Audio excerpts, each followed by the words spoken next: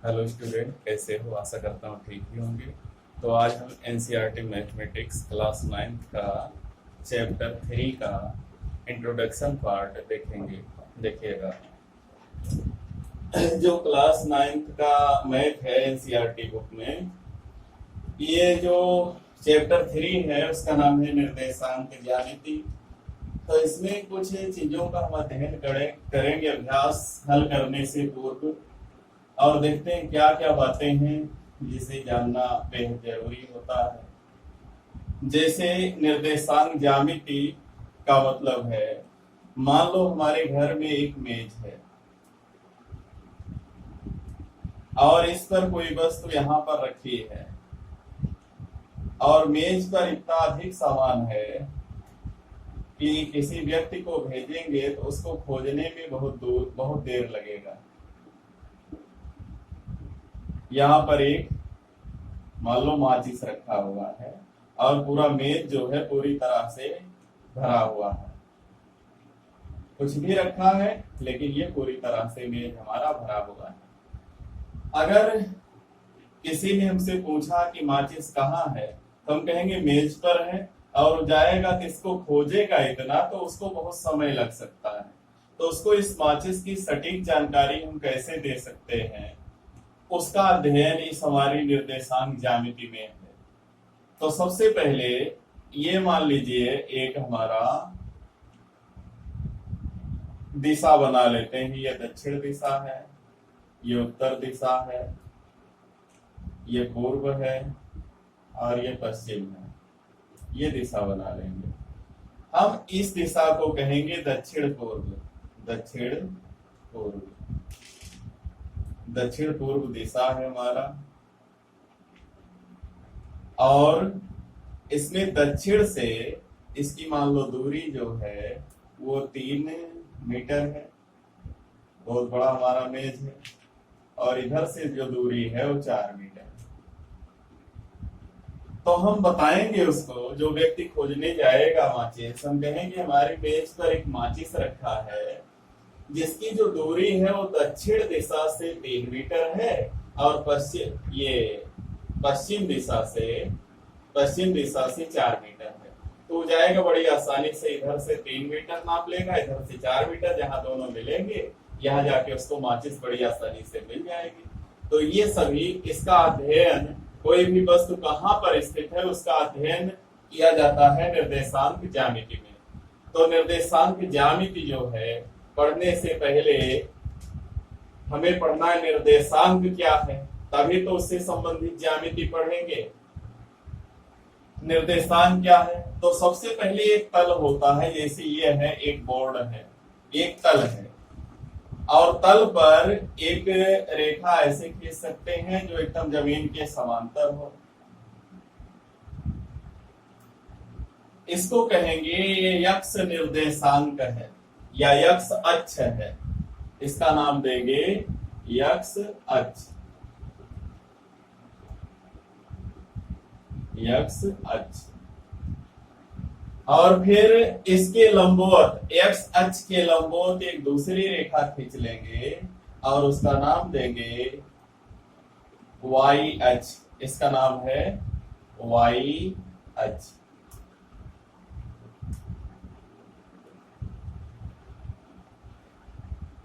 X अक्ष और Y अक्ष, जो क्षैतिज रेखा होगी अर्थात जमीन के समांतर रेखा होगी उसका नाम देंगे एक्स अक्ष, और जो जमीन के लंबवत यानी एक्स अक्ष के लंबवत जो दूसरी रेखा होगी उसका नाम होगा वाई अक्ष। और दोनों रेखाएं जिस बिंदु पर एक दूसरे को काटेंगी उसका नाम होगा मूल बिंदु। मूल बिंदु।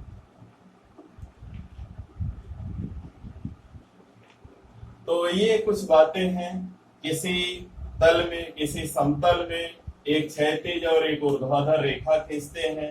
क्षैतिज रेखा को एक्स अक्ष और ऊर्ध्वाधर रेखा को वाई अक्ष कहते हैं। जहां दोनों रेखाएं एक दूसरे को काटती हैं उसको कहा जाता है मूल बिंदु। तो इतना हमको मिल गया। अब जैसे हम संख्या रेखा पढ़े हैं, मूल बिंदु को ओ कहें चाहे जीरो कहें, इससे प्रदर्शित किया जाता। मूल बिंदु शून्य होता है, जीरो से प्रदर्शित किया जाता है। हमने संख्या रेखा पढ़ रखा था कि जीरो के दाहिनी ओर जो गिनतियां होती हैं प्लस लिखी जाती हैं और जीरो के बाईं ओर जो गिनतियां होती हैं उसको माइनस लिखा जाता है। तो इधर होगा +1 +2 +3 +4 ऐसे बढ़ता जाएगा और इधर होगा -1 -2 -3 -4 और इसको हम x प्लस x अक्ष कहते हैं और इसको -x अक्ष कहते हैं। तो माइनस नहीं लगाते, x डैश लगा देते हैं और यहाँ y लगा देते हैं और ऊपर y है नीचे y डैश लगा देते हैं।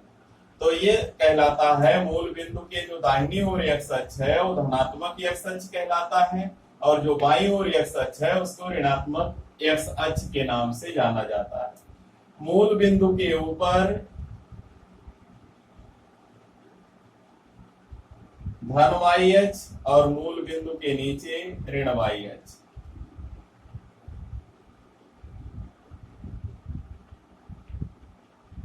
ऋण YH कहलाता है।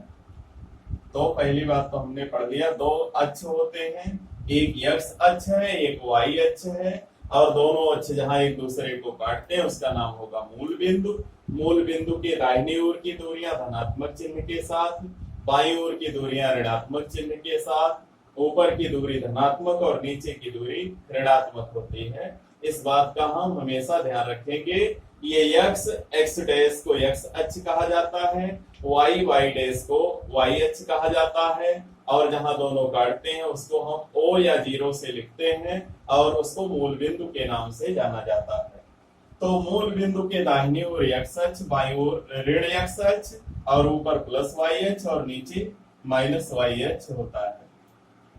अब इसमें है निर्देशांक। सबसे पहले निर्देशांक क्या है? तो अगर मान लीजिए कोई बिंदु यहाँ पर हम रख दें, यहाँ पर कोई बिंदु हम रख दें और पूछें कि इसका निर्देशांक बताओ या इसकी स्थिति बताओ, तो हम देखेंगे। अब किसी व्यक्ति को बताना हो, मान लो यहाँ पर एक बिंदु है और बताना कि इस बिंदु की स्थिति बताइए, तो क्या कहेंगे कि इसकी जो x अक्ष से दूरी है ये हुआ x अक्ष से दूरी 1 2 इकाई ऊपर है और y अक्ष से दूरी 1 2 3 इकाई दाहिनी ओर। तो ये जो दूरी है इसकी ऊंचाई 2 है और यहां से जो दूरी है इसकी इकाई 3 है। ये इस पर दूरी है और ये वाला इस पर दूरी है। तो इसका निर्देशांक पहले x अक्ष पर कितना दूर गया है 1 2 3, x अक्ष की दूरी, x अक्ष पर दूरी 3, y अक्ष पर दूरी 2। तो हमसे पूछा जाए कि किसी बिंदु का या बिंदु A का निर्देशांक बताओ, तो हम कहेंगे 3 2। 3 2 का मतलब x अक्ष पर 3 इकाई और y अक्ष पर 2 इकाई। x अक्ष पर 3 खाने की आगे है, x अक्ष पर चली गई दूरी 3 इकाई है, y अक्ष पर चली गई दूरी 2 इकाई है और जब इन दोनों रेखाओं को हम मिलाते हैं तो हमको जाके बिंदु A मिलता है और इसका निर्देशांक होता है 3 2। ऐसे ही मान लीजिए कोई बिंदु यहाँ पर रखा, यहाँ पर, और पूछ लिया जाए B की स्थिति बताइए। तो जब B की स्थिति हमको बताना होगा तो x अक्ष पर देखेंगे -1 -2 -3 -4, x अक्ष पर चला है -4 और y अक्ष पर देखेंगे कितना ऊपर गया, सिर्फ 1 -4 1। अगर चाहे तो इसको ऐसे मिला सकते हैं, इसको ऐसे मिला सकते हैं। तो जो बिंदु B का निर्देशांक है x अक्ष पर -4 है, y अक्ष पर 1 है, तो -4 1। और इस बात का ध्यान रखेंगे कि पहले हम x अक्ष की दूरी निकालेंगे फिर y अक्ष पर चली गई दूरी लिखेंगे। पहले x वाला लिखेंगे तब y वाला, चाहे जिधर भी जाना पड़े। मान लो हम यहाँ पर कोई बिंदु ले लें तो इसकी जब देखेंगे x अक्ष पर 2 है, y अक्ष पर दोनों पर -2 है। ये C है, इसका निर्देशांक x पर -2 y पर -2। यहाँ पर कोई बिंदु ले लें, यहाँ पर इसको x अक्ष के सामने और y अक्ष के सामने। x अक्ष पर 1 है, y पर -3, इसको मान ले बिंदु B। तो D का निर्देशांक है 1 माइनस 3। इस तरीके से हम निर्देशांकों को आसानी से लिख सकते हैं। हाँ, एक बात का और ध्यान रखना है, जो यक्ष अक्ष है, इसी यक्ष अक्ष का एक और नाम है, यक्ष अक्ष का ही एक और नाम है जिसको हम भुज के नाम से जानते हैं। यक्ष अक्ष को भुज कहते हैं और वाई अक्ष को कहते हैं कोटि। कभी कभी एक्स वाई अक्ष ना लिखकर ऐसे भुज और कोटि लिखा रहता है। तो भुज लिखने का मतलब एक्स अक्ष और कोट लिखने का मतलब होता है वाई अक्ष।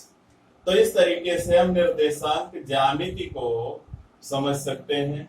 यानी किसी समतल पर एक क्षैतिज और एक ऊर्ध्वाधर रेखाएं यदि खींच दी जाएं, तो जो क्षैतिज रेखा है उसका नाम होगा एक्स अक्ष और जो ऊर्ध्वाधर रेखा होगा उसका नाम होगा वाई अक्ष। और इस तरीके से हम विभिन्न बिंदुओं को इस पर प्रदर्शित कर सकते हैं। अब बिंदु जब हमने देख लिया, हम कोई भी बिंदु हमसे पूछा जाएगा तो हम बड़ी आसानी से उसको दिखा सकते हैं। अब ये जो हमने बनाया चित्र, इसमें हमने देखा कि एक व्हाइट बोर्ड था, उसमें हमने 2 रेखाएं खींची, तो पूरा व्हाइट बोर्ड जो है वो 4 भागों में बट गया, 4 भागों में बट गया। अब देखते हैं चारों भाग कौन कौन से हैं।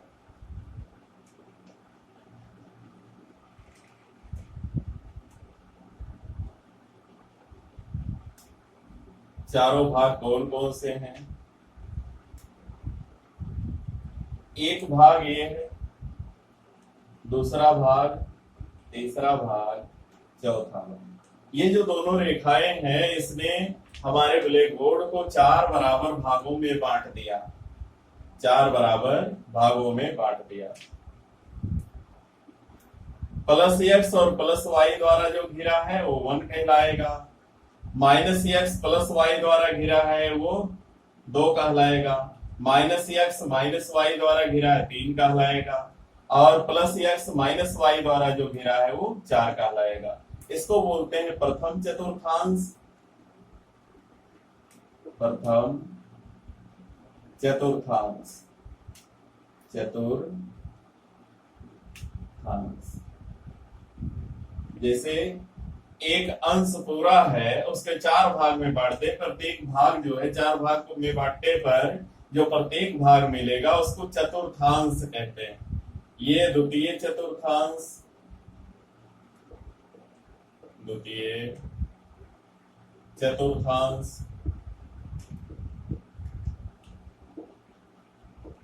ये तृतीय चतुर्थांश, तृतीय चतुर्थांश,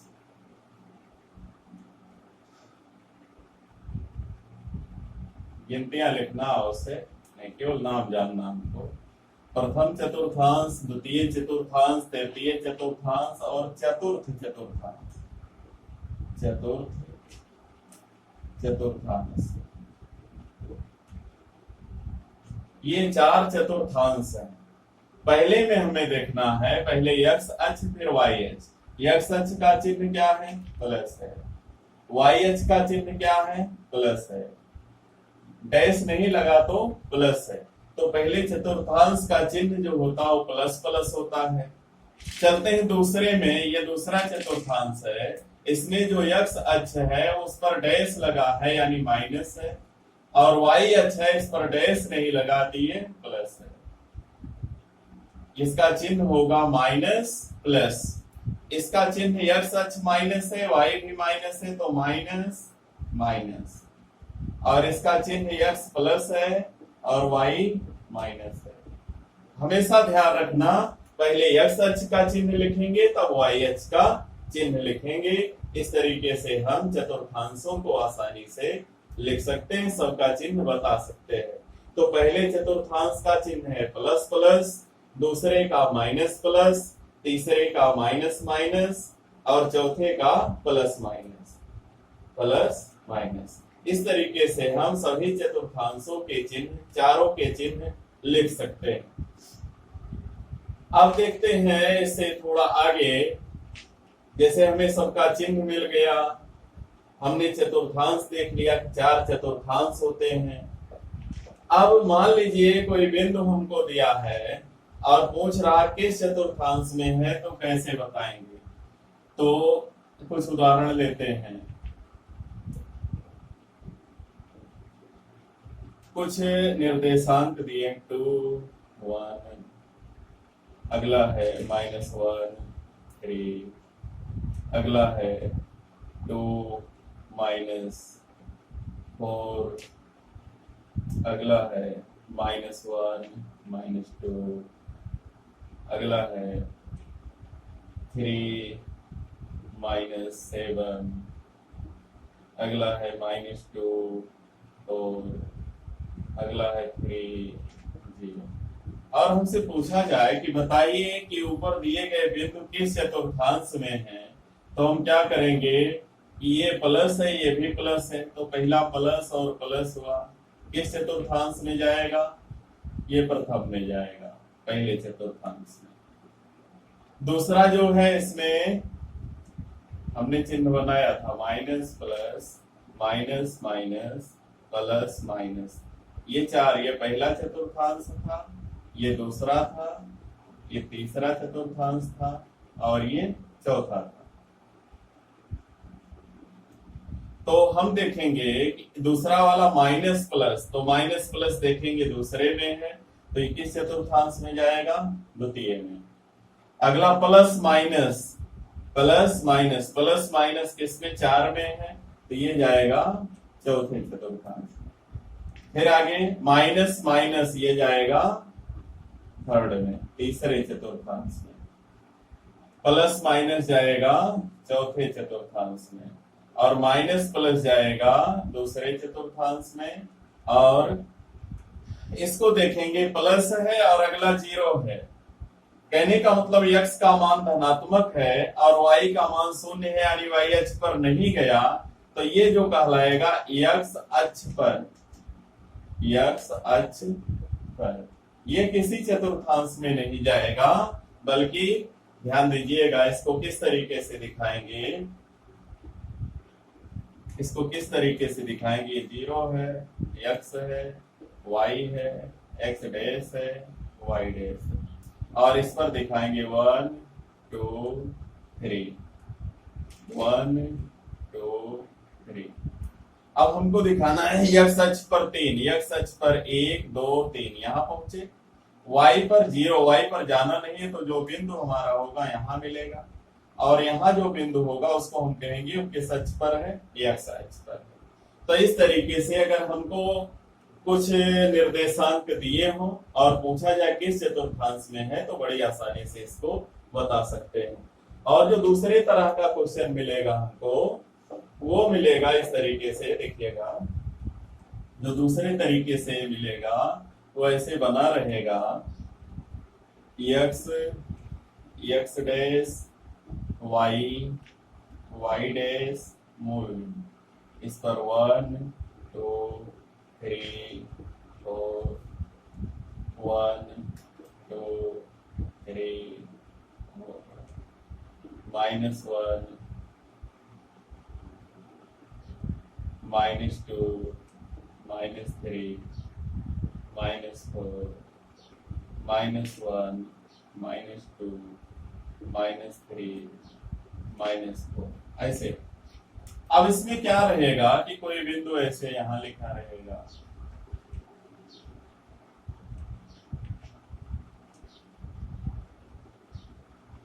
कोई बिंदु यहां रहेगा, इस पर लिखा रहेगा ऐसे ए। ये लाइन कभी कभी नहीं भी बनी रहती है, इसलिए हम इसको बिंदुदार ही बना लेते हैं। अब तुमसे पूछा जाएगा कि ए का निर्देशांक बताओ, तो अभी हमने बताया था कि पहले x अक्ष पर कितना है -4, y पर कितना है +4, तो इसका निर्देशांक पहले x वाला -4, तब y पर +4, इसका निर्देशांक -4 4। मान लीजिए कोई बिंदु यहाँ पर रखा है ऐसे, तो इसको मिला लेंगे ऐसे।